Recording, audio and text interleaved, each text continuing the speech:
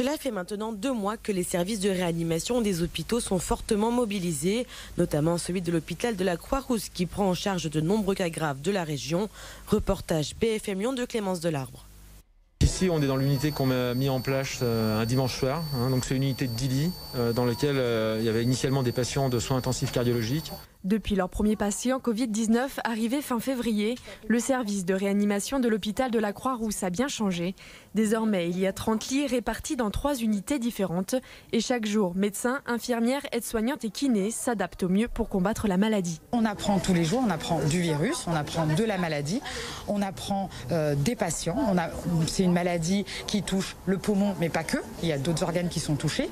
JP a 79 ans et il est dans cette unité depuis plus de 3 semaines. Pour lui, le plus dur est d'être coupé de sa famille. Alors, pour soulager son quotidien, l'équipe soignante a essayé de trouver des solutions. C'est très très dur quand on est séparé des siens. C'est quelque chose d'épouvantable parce qu'il n'y a pas de communication. Un docteur sympathique qui a trouvé le moyen de me faire une vidéoconférence au téléphone. Là, j'étais comblé. En 2 mois, le service a traité 92 patients.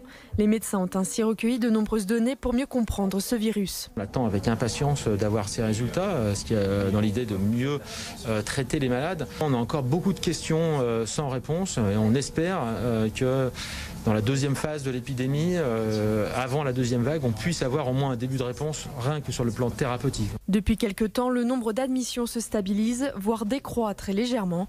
À ce jour, 26 malades sont hospitalisés dans ce service.